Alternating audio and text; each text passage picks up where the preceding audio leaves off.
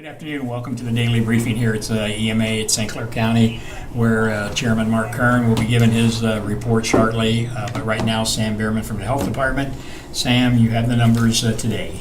I do, and they're a little higher than we would like for the second day in a row. So we're gonna get to it. As of today, we are at 8,533 tests that have been performed for St. Clair County residents, with 1,362 positive test results, which is an increase of 31 from yesterday.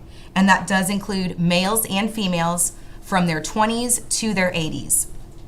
We are at 7,112 negative test results, with 49 results still pending. And as we have done the past several days, we do have an additional death to announce today, which brings our total to 102. And this was a female in her 100s who did have underlying health conditions. And as always, our condolences go out to her family. For those who have completed the required IDPH 14-day quarantine period, we are at 859. And for state totals, 982,016 tests have been performed, with 124,759 positive test results, which is an increase of 929 from yesterday. And for the state, we are reporting 5,736 deaths, which is an increase of 115 from yesterday. For hospitalization numbers, and these are for hospitals that are in St. Clair County, currently, we have 62 patients that are admitted due to COVID-related reasons, and 7 of those patients are on ventilators.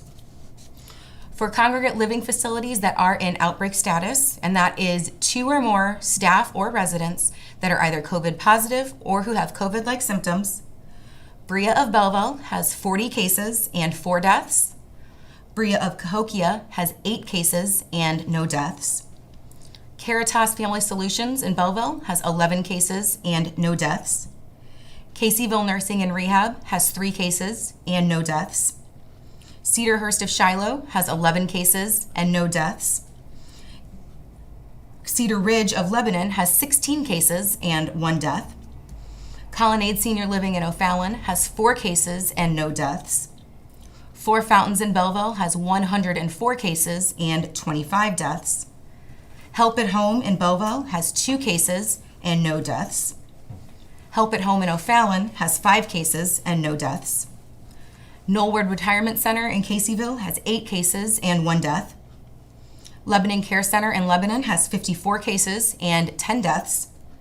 Memorial Care Center in Belleville has 43 cases and 5 deaths. New Athens Home for the Aged has 51 cases and 3 deaths. St. Paul's Home in Belleville has 42 cases and 11 deaths. Swansea Rehab and Care Center has 20 cases and 2 deaths. And TDL Incorporated in Belleville has 4 cases and no deaths. And I will turn it over to Chairman Kern for his update.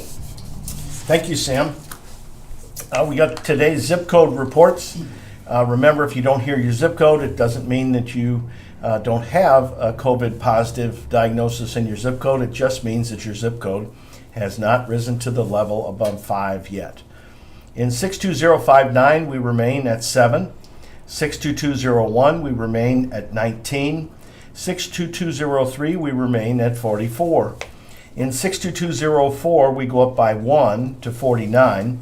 In 62205, we go up by 2 to 52. In 62206, we go up by 1 to 114.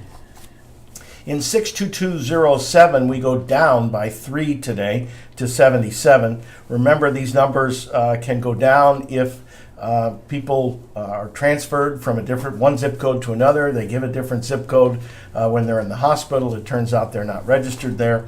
That's why sometimes these numbers do change. In 62208, we're going up today to 82.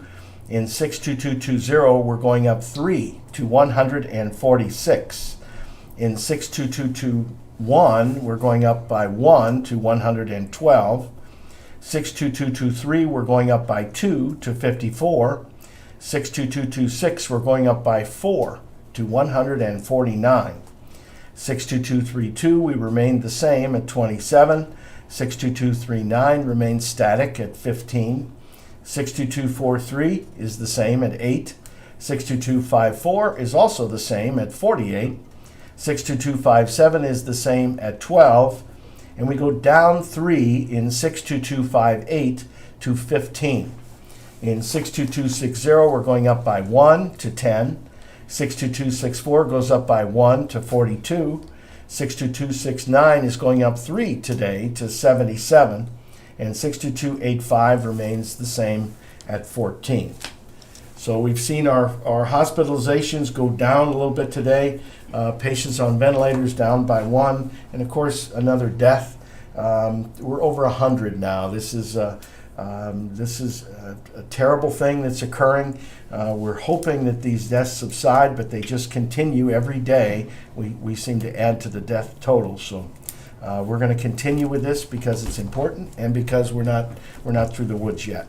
Herb? Yes, and you said that these numbers are changing, and we mentioned it yesterday, they're changing sometimes by the hour.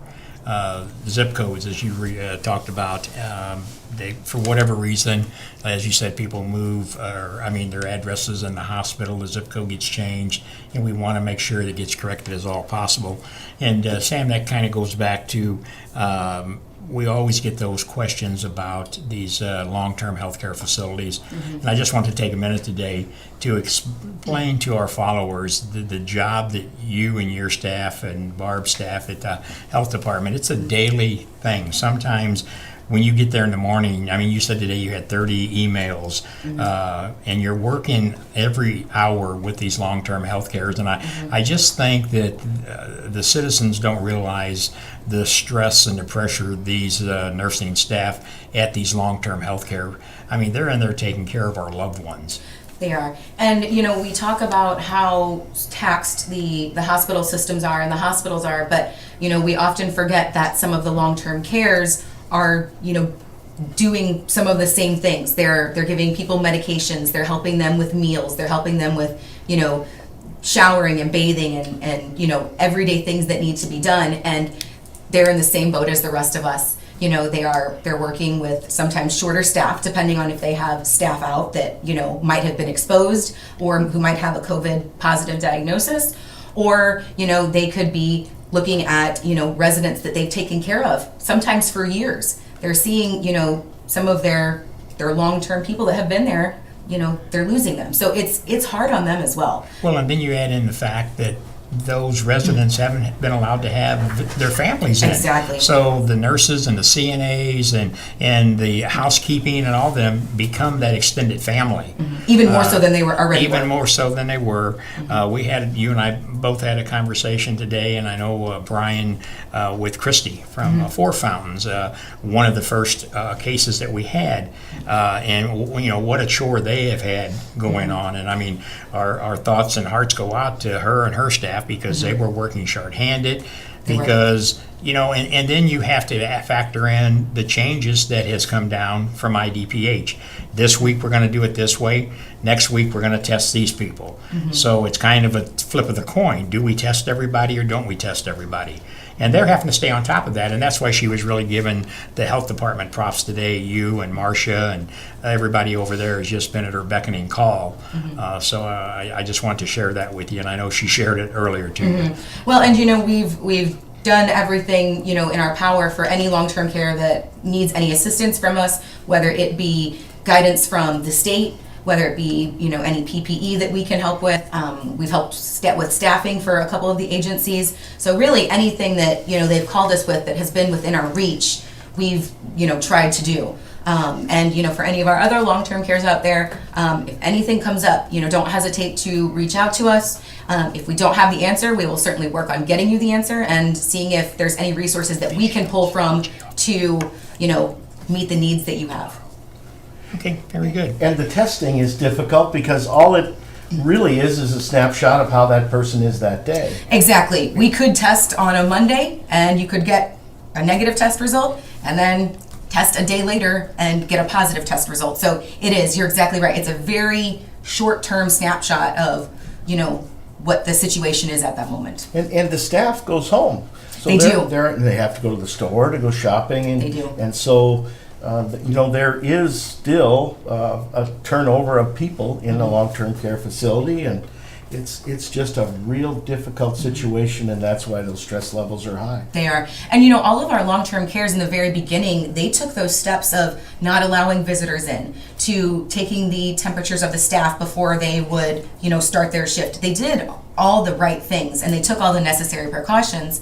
And sometimes, unfortunately, you can do everything right, and sometimes it's just not enough. But we've seen that all of our long-term cares in the county have gone above and beyond for not only their residents, the families of their residents, to, like Herb said, make them feel safe when they can't have their families around right now, to be that support system that they need.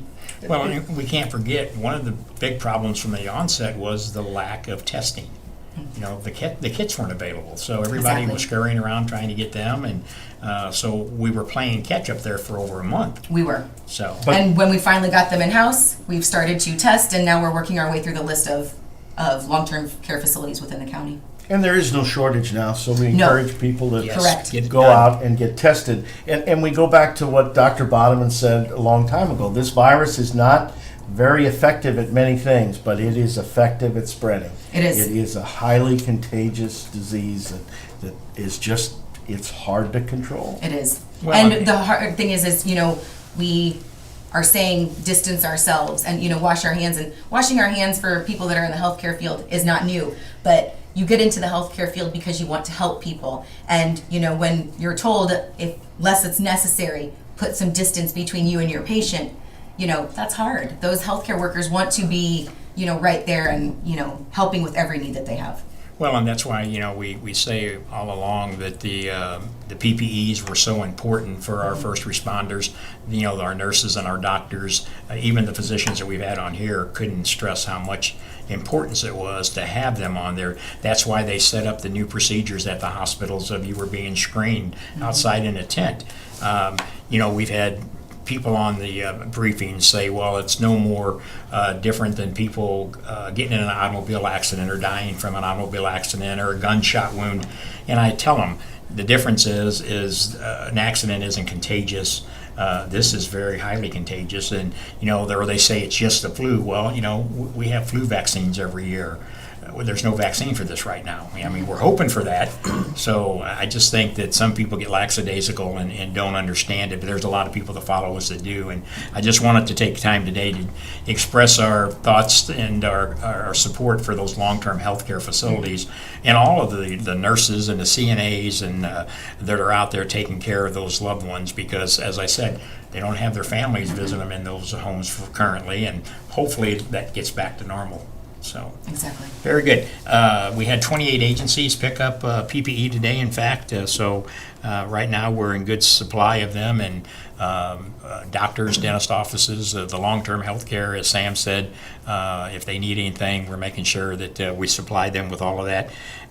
Had a good conversation, Sam. I think I told you about the lady from Madison County that had a daycare center called and follows our briefings every day and had some questions about health, the COVID possibly in a healthcare center, in a child center. Had a real nice conversation with her, and I want to give her a shout out. And just any time that we can answer your questions, we'd be more glad that daycare centers, everybody, we want to be able to try to get your answers for you. But we'll be here tomorrow at 3:30 with the next update. As we've said all along, we're going to be here until we reach that point where we don't want to be here and we wish it'd be tomorrow. But we'll let you know when that's going to be. So we'll be back momentarily with Cindy and Daisy to translate this into the Spanish community, and we'll see you tomorrow at 3:30.